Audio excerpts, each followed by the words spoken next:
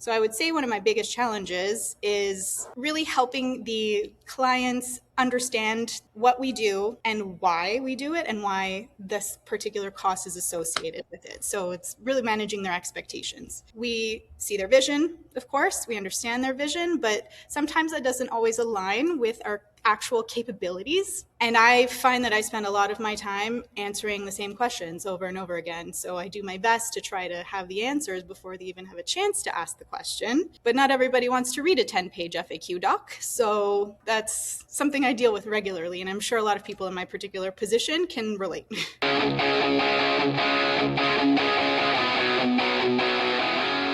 What's up, everybody? This episode is sponsored by Exitwise. If you're a business owner thinking about selling your company, whether that's now or years down the road, you need to know what your business is actually worth and how to maximize that exit.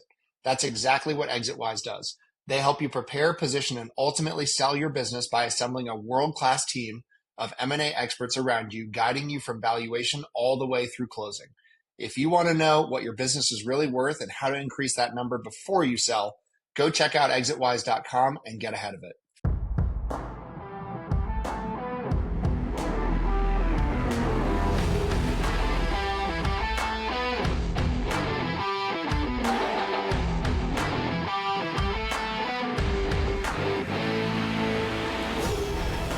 What's up, everybody? Welcome back to another episode of the Big Hitters Podcast. I'm joined by Emma Pelliccione, who is head of events at Spaducci, which is a really cool market in Toronto that does events, that is a restaurant. It's got a lot of cool stuff going on.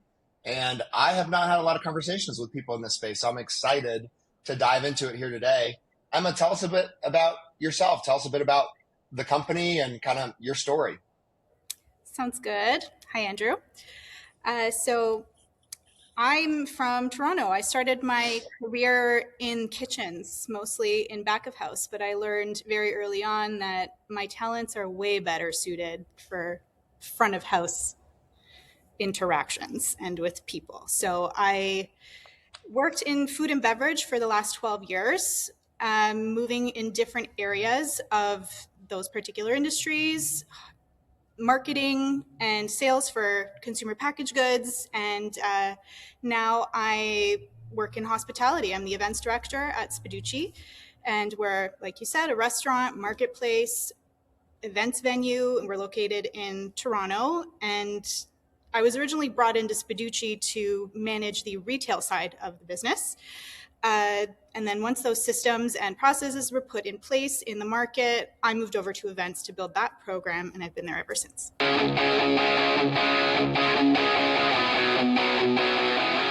This episode is brought to you by Pierre Tax and Accounting, led by CPA Eric Pierre, a seasoned accounting and tax expert with years of experience helping individuals and businesses navigate complex financial landscapes. Whether you need personal tax planning, business tax strategy, bookkeeping, or financial planning support, Eric and his team are committed to helping you protect and grow your financial future with clarity and confidence. To get expert guidance you can trust, check out Pierre Tax and Accounting at pierreaccounting.com. This episode is brought to you by my friend Silas Lagoy over at ForgeMark Wealth. If you're a high-income business owner or professional and feel like you're getting crushed by taxes, you're not alone. And more importantly, you're not stuck. ForgeMark Wealth specializes in advanced legal tax strategies and wealth planning designed to help you keep more of what you make, grow it efficiently, and actually build long-term freedom, not just income. If you're making serious money but don't have a real strategy behind it yet, I highly recommend connecting with Silas and his team. That's amazing. Well, and so so I'm going to go off script a little bit because I find this interesting. So when we talk about events, is it corporate events? Are we doing weddings? Like what, events is such a broad category. What does that normally entail? So Spaducci is I would say a small-ish establishment. We're not tiny, but we started out about 10 years ago as literally a butcher counter with a couple tables and a very minimalist lunch menu. And we've grown to about, I want to say like 5,000 square feet of space to encompass a full service restaurant. I have a 3,000 square foot event space and then a retail space as well, which was the original butcher counter and restaurant. And we host about 120 events per year. Our event styles range from a little bit of everything. So we do full buyouts of the event space, the restaurant, and the market that can accommodate about 300 plus people, to small intimate dinners of 15 guests. So everything from corporate to weddings to all of those social milestones, charity fundraisers. So we're not overly concentrated on one single event type. Yeah. So yeah. Cool. Let's talk production for a second. So give the audience maybe a sense of the amount of volume you're doing, how many events or how much food you're moving. I don't know how you guys track this stuff in the restaurant space. So I'm kind of curious to hear how you answer the question. So I'd like to think that we don't actually track things the way regular businesses do either. We're a pretty unique establishment. We got a ton of different revenue streams. I can speak on events where, we range, we gross at about $1 million a year worth of sales. And they'll say the average event price per guest works out to about $150 per person. So I'd say like a mid-range. So not necessarily ultra, ultra high end, but not, bare bones either. Have you found a niche? Is it corporate stuff? Is there like a particular type of client that you really find yourself doing time and time again? Well, I can tell you that within all of those different types of events, those different industries and things like that, we've kind of figured out within those where we as a venue thrive. But we try to accommodate as much as we can. We try to accommodate everybody. We don't like to do the same thing over and over again, and no two events are the same. So, yeah. I like the weddings. I like the corporates.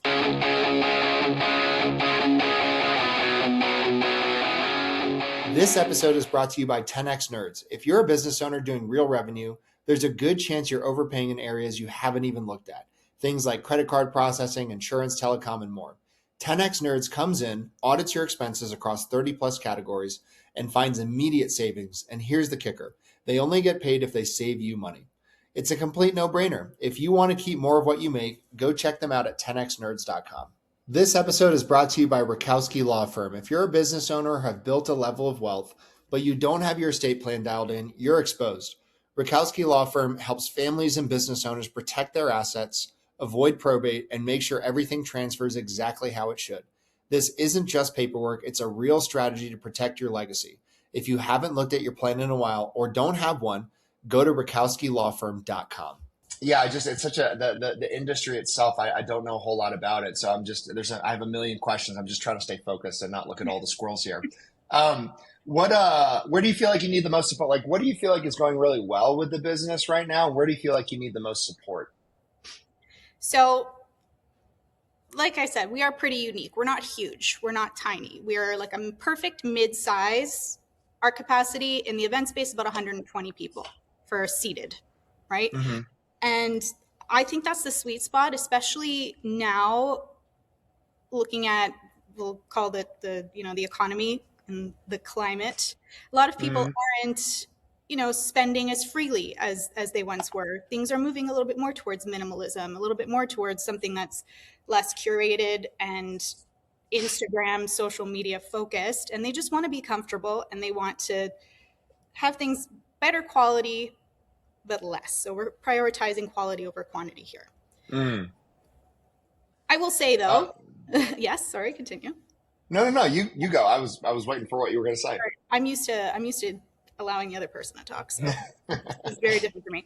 Okay, but yeah, so we started out tiny. We started out as a little, literally for construction workers. We're located in an industrial area right off the beaten path. There is a garbage dump down the street from us. And we service the community for the most part. A lot of the workers in the community, a lot of the business owners, they would come here to just hang out, have a quick lunch, and then go back to work. But since COVID, so I want to say in the last 5 years, we've continuously evolved, and now we're open for dinner service. We host, more than the 30 people that previously fit in the original space. We just keep growing, expanding, taking over the buildings in the surrounding area. And for a lot of people who started out coming here thinking that they would just come in and grab a sandwich, they walk in and it's totally different. The experience is a little bit more elevated, and there's a cost associated with that. we still try to keep our ethos of that approachable, very casual environment, but we do not skimp when it comes to quality and when it comes to service. So when someone comes in and wants to plan their wedding thinking that this is just going to be a quick and easy, and cost-effective solution, we make sure that we let everybody know that actually there is a cost associated to doing this, and it's probably going to be on par with a mid to high-end event establishment. So I would say one of my biggest challenges is really helping the clients understand what we do and why we do it and why this particular cost is associated with it. So it's really managing their expectations. We see their vision, of course, we understand their vision, but sometimes that doesn't always align with our actual capabilities. And I find that I spend a lot of my time answering the same questions over and over again. So I do my best to try to have the answers before they even have a chance to ask the question. But not everybody wants to read a 10-page FAQ doc. So yeah, that's something I deal with regularly. And I'm sure a lot of people in my particular position can relate. That's a really nice way of saying that clients want way more than they're willing to pay for, is what I'm hearing you say. Listen, like this industry, the decisions that are being made are emotional. Okay. Mm-hmm. We're not trying to stay efficient here.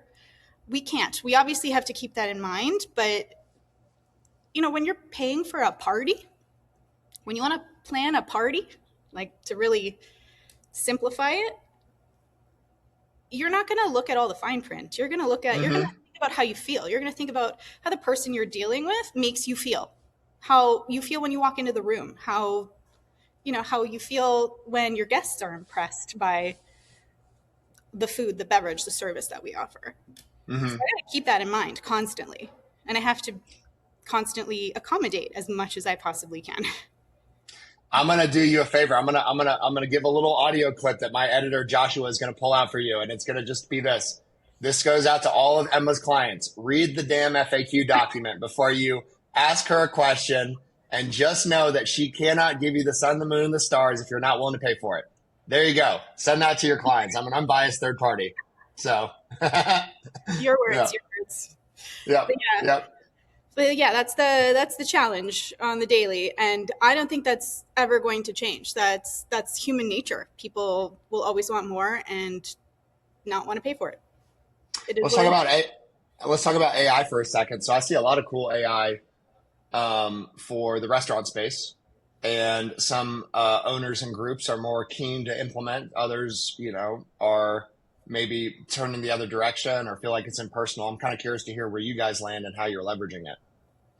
So I can tell you personally, I think AI is a huge help.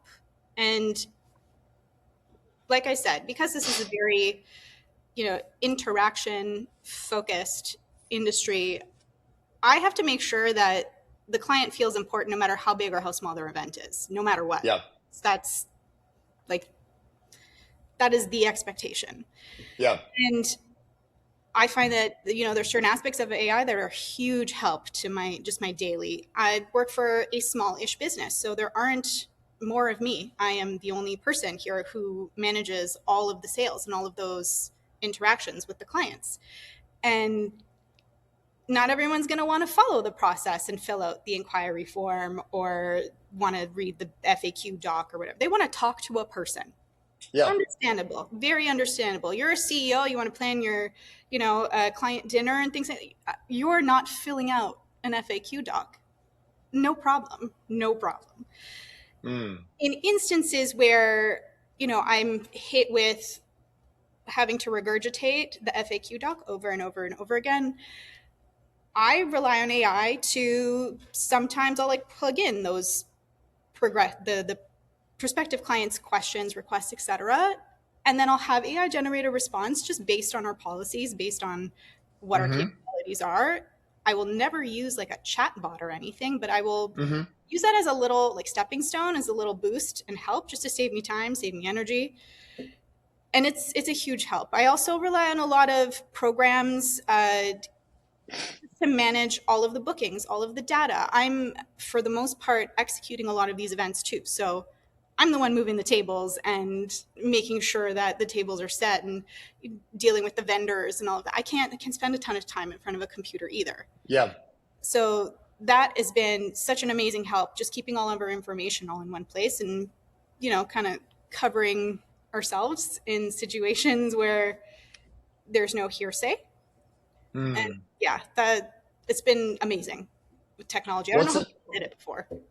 what's an area you feel like you could be using AI, but you're not? Either, from a staffing perspective, a systems perspective, could be even dealing with the FAQs you mentioned.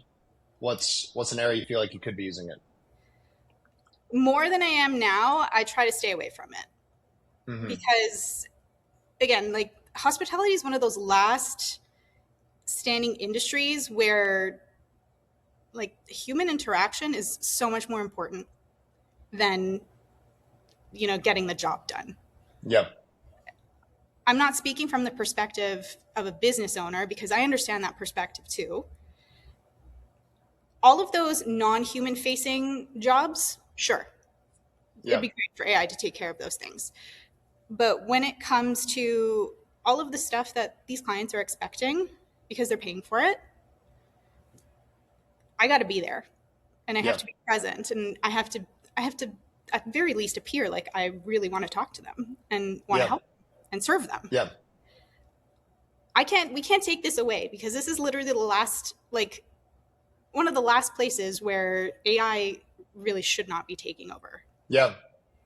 But they are, right? I know I have a buddy that owns a bunch of boutique hotels, and literally AI kiosks are what he's looking at.